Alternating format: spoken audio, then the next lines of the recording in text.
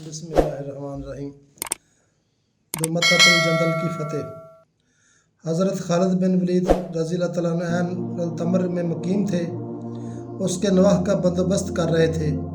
وہ اس فکر میں تھے کہ وہاں کے نظم و نسق سے فارغ ہو کر مدائن کی طرف بڑھیں کہ ایک اسلامی قاصد ایاز بن غنم کا رضی اللہ تعالیٰ عنہ کا خط لے کر آیا۔ حضرت خالد بن ولید نے خط کھول کر پڑھا، لکھا تھا: ایاز بن غنم رضی اللہ تعالیٰ سپہ سالار بلائی عراق کی جانب سے حضرت خالد بن ولید سالار اعظم ایران کے نام۔ اللہ تعالیٰ کی حمد و ثنا اور رسول اللہ صلی اللہ علیہ وسلم کی ثنا کے بعد معلوم ہوا ہے کہ میں اللہ تعالیٰ کے فضل سے فتوحات کرتا ہوا اس مقام پر پہنچ گیا ہوں جو شام، ایران، عراق اور جزیرہ کا مقام اتصال ہے۔ اس نواح میں عیسائی عرب کثرت سے آباد ہیں، ان کی آزاد حکومتیں ہیں۔ یہ قبائل رومی شہنشاہ ہرقل اعظم کے اطاعت گزار اور فرما بردار ہیں۔ میں نے ان کی کئی ریاستوں کو زیر و زبر کر ڈالا ہے۔ اب دمتۃ الجندل کے علاقہ میں عام پہنچا ہوں۔ اس علاقے میں دو فرما بردار نہایت زور آور ہیں۔ ان میں سے ایک رقیدر بن عبد المالک ہے، دوسرا جودی بن ربیعہ ہے۔ ان دونوں حکمرانوں نے عیسائی عربوں کی کثیر جمعیت فراہم کر لی ہے۔ وہ سدھے راہ ہے، مدد کی ضرورت ہے، فوراً مدد بھیجیے۔ حضرت خالد بن ولید نے حضرت ککا بن عمرو رضی اللہ عنہ کو اپنا قائم مقام مقرر کیا اور خود لشکر لے کر نہایت تیزی سے دمتا کی طرف روانہ ہو گیا۔ رقدرہ اور جودی دونوں اس علاقہ میں بڑے بااثر تھے۔ انہوں نے حضرت ایاز بن غنم کا مقابلہ کرنے کے لیے بھاری تعداد میں فوجیں جمع کر لی تھیں۔ ان کا خیال تھا کہ وہ حضرت ایاز کو شکست دے کر بھگا دیں گے، لیکن ابھی حضرت ایاز دمتا میں پہنچے ہی نہ تھے کہ رقدر اور جودی کو حضرت خالد بن ولید کی آنے کی اطلاع مل گئی۔ ان کی بہادری، جنگجو تجربہ کاری اور تیور شجاعت کی خبریں تمام عراق اور سارے ایران میں پہنچ چکی تھیں۔ رقدر نے جودی سے کہا: اب ہم سمجھ رہے تھے کہ محض حضرت ایاز سے ہی مقابلہ ہوگا، لیکن اب سنا ہے کہ حضرت خالد بھی اس طرف آ رہے ہیں۔ اس وقت یہ مناسب ہے کہ مسلمانوں سے کچھ مدت کے لیے صلح کر لی جائے۔ جب حضرت خالد بن ولید یہاں سے چلے جائیں تو اسلامی لشکر رہ جائے، ہم اس کا خاتمہ کر ڈالیں گے۔ جودی نے کہا: لیکن ہم مسلمانوں سے ڈر کر صلح ہی کیوں کریں؟ اسے ہم اپنے ہم اسروں پر سبق کس طرح کریں گے؟ وہ کیا سمجھیں گے ہمارے جو سپاہی ہیں کہ ہم ڈر گئے ہیں؟ رقدر نے کہا: نہیں، لیکن ہم صلح کب کر رہے ہیں؟ ہم تو مسلمانوں کو فریب دینا چاہتے ہیں۔ جودی نے کہا: ہمارے پاس بہت زیادہ لشکر جمع ہے، ہم میدان میں نکل کر کیوں نہ مقابلہ کریں؟ رقدر نے کہا: اس لیے کہ ہم حضرت خالد سے لڑ کر مسلمان پر فتح نہیں پا سکتے۔ جودی نے کہا: فکر نہ کرو، میں حضرت خالد کو یا تو مار ڈالوں گا یا گرفتار کر لوں گا۔ رقدر نے کہا: تم میری بات نہیں مانتے، حضرت خالد کا مقابلہ کرنا چاہتے ہو تو کرو، میں تمہارے ساتھ شریک حال نہیں ہوں۔ جودی نے کہا: کیا تم مسلمانوں سے صلح کر لو گے؟ رقدر نے کہا: نہیں، میں بلکہ یہاں سے چلا جاؤں گا۔ جودی نے کہا: تمہاری مرضی۔ رقدر اسی روز اپنا لشکر لے کر وہاں سے نکل کھڑا ہوا، لیکن بدقسمتی سے وہ حضرت خالد بن ولید کی گرفت سے نہ بچ سکا۔ ابھی وہ تھوڑی ہی دور گیا تھا کہ حضرت خالد بن ولید وہاں پہنچ گئے۔ انہیں معلوم ہوا کہ یہ رقدر اپنا لشکر لے کر بھاگا جا رہا ہے، تو انہوں نے ایک دستہ اس کے تعاقب میں بھیج دیا۔ جس دستہ اس تیزی سے چلا کہ اس نے چند ہی گھنٹوں میں رقدر کو جا پکڑا۔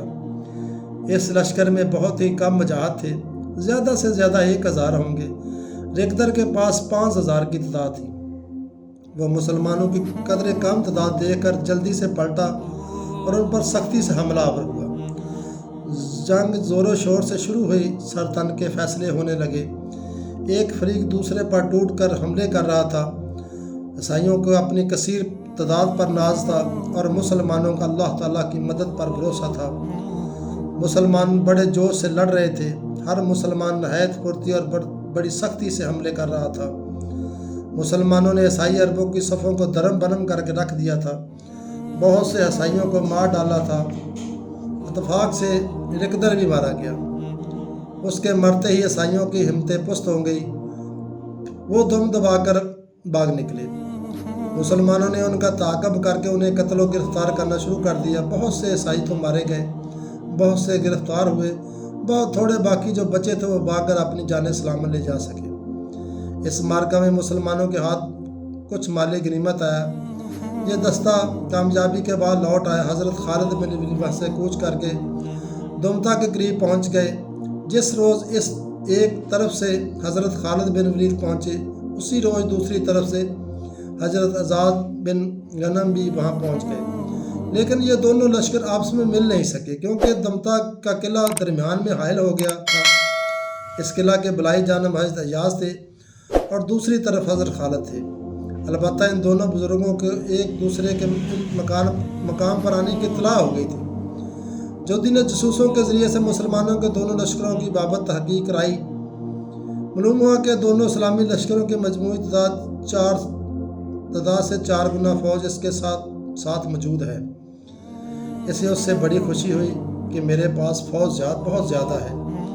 रिकदर ने हमाकत की है, अगर जहाँ से चला गया रास्ता ही में मार डाला गया। अगर वो ना जाता तो देखता मैं किस आसानी से 7 मुसलमानों को मगलूब करता हूँ। उसने अपने लश्कर के 2 हिस्से की एक हिस्सा एक मशहूर जंगजू सलार की मुतहती में अय्याज़ बिन गनम के मुकाबला में रवाना किया और दूसरा हिस्सा खुद लेकर हज़रत खालिद के मुकाबला में निकला।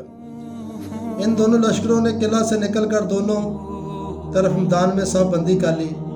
एक तरफ हज़रत अय्याज़ और दूसरी तरफ हज़रत खालिद भी अपने लश्कर लेकर इनके मुकाबला में आ गए। सबसे पहले हज़रत खालिद मैदान में निकले। उन्होंने अपने मुकाबला के जोधी को तलब किया। जोधी नहायत शान से सफ़ों को चीरता हुआ हज़रत खालिद के सामने आ गया। हज़रत खालिद ने कहा, मुझे अफसोस है कि मेरी ही कौम मेरे मुकाबला में आ रही है। जोधी ने कहा, हम आप पर चढ़ कर नहीं आए हैं। हज़रत खालिद ने कहा, तुम हमारे मुकाबला की तैयारियां की, फ़ौजें जमा की, पहल तुमने की है, हमने नहीं की। हम अपनी कौम अरबों से लड़ना नहीं चाहते, लेकिन हमारी कौम गैरों के हाथों में कठपुतली बनी हुई है, उनके इशारों पर नाचती है। जैसे कि आज कल पाकिस्तान के जो सियासी हालात हैं वो काफरों के इशारों पर नाच रहे हैं। अब वो भी कुछ नहीं गया, तुम चाहो तो सुलह हो सकती है। जोधी ने समझा कि शायद खालिद बिन वलीद इसका कसीर लश्कर देकर मरगूब हो गए, डर गए हैं। वो ये न समझा कि हज़रत खालिद पहले तमाम हुज्जत किया करते हैं। उसने तकब्बर और गुरूर से अकड़ कर कहा, अब सुलह नहीं हो सकती, तलवार ही फैसला करेगी। हज़रत खालिद बिन वलीद ने कहा, बेहतर है। दोनों जंग के लिए तैयार हो गए। पहले जोधी ने हज़रत खालिद पर हमला किया। हज़रत खालिद ने उसका हमला रोककर खुद ही हमला किया। अब दोनों एक दूसरे पर फुर्ती से हमले करने लगे। दोनों फतेह जंग से खूब माहिर थे, लड़ाई के फन दिखा रहे थे। एक मरतबा जोधी ने भी आपका हमला रोक लिया और जोश में आकर तलवार मारी। हज़रत खालिद ने इसकी तलवार को अपनी तलवार पर रोका और ऐसा वार किया कि जोधी की तलवार दरमियान से टूट गई। वो घबरा गया। हज़रत खालिद ने उसकी कमर में हाथ डालकर उसे खींचा और उसको घोड़े से अलग करके गिरफ्तार कर लिया। ये देखकर इसका लश्कर बगैर लड़ाई किए भाग गया और भागकर किला में दाखिल हो गया। इसी तरह यह हज़रत अय्याज़ बिन गनम ने भी ईसाइयों लश्कर को शिकस्त देकर भगा दिया। वो भी भाग कर किला में दाखिल हो गए। अब एक तरफ से हज़रत अय्याज़ और दूसरी तरफ से खालिद ने किला का मुहासरा कर लिया। हज़रत खालिद ने किला वालों को धमकी दी कि या तो वो किला मुसलमानों के हवाले कर दें, वरना जोधी को उनकी नज़रों के सामने कत्ल कर दिया जाएगा। लेकिन मुसर्रिन ने किला वालों ने उनकी इस धमकी की कोई परवाह न की। आखिर हज़रत खालिद ने जोधी को तलब करके किला वालों के सामने कत्ल कर डाला। किला पर नहायत सख्ती से हमला किया। ईसाई अरबों ने पुरज़ोर मुदाखलत की। फैसल के ऊपर से तीरों और पत्थरों का मींह बरसा दिया, लेकिन मुसलमानों का सैलाब न रुका। सरफरोश इस्लाम मुसलमान ज़ख्मी और शहीद होते हुए बढ़ते रहे, यहाँ तक कि वो फाटक तक पहुँच गए और फाटक को तोड़कर किला में दाखिल हो गए। अब ईसाई घबराए, मगर फिर भी उन्होंने मुकाबला किया। लेकिन जब मुसलमानों ने उनकी कसीर तादाद को मार डाला तो उन्होंने हथियार फेंक कर ईमान तलब की। हज़रत खालिद बिन वलीद ने उन्हें ईमान दे दी। किला के अंदर से बहुत माल गनीमत मुसलमानों के हाथ आया। उसमें खम्स निकाल कर फतह के नामा के साथ दरबार खिलाफत में रोज़ाना किया और उसमें 4 हिस्से लश्कर में तकसीम कर दिए। इस तरह दमत्ता भी मुसलमानों का पर قلعہ پر بھی مسلمانوں کا قبضہ ہو گیا۔ یہ وہ مسلمان تھے جو موت کو زندگی سے زیادہ ترجیح دیتے تھے، شہادت کو اس دنیا سے زیادہ ترجیح دیتے تھے، کیونکہ ان کا ایمان اتنا پختہ تھا، یقین اتنا پختہ تھا کہ وہ جہاد کے لیے ہر وقت تیار رہتے تھے۔ دعا ہے کہ اللہ تعالیٰ ہمیں بھی اس پر جہاد پر قائم ہونے کی، رہنے کی ہمت عطا فرمائے۔ آمین ثم آمین۔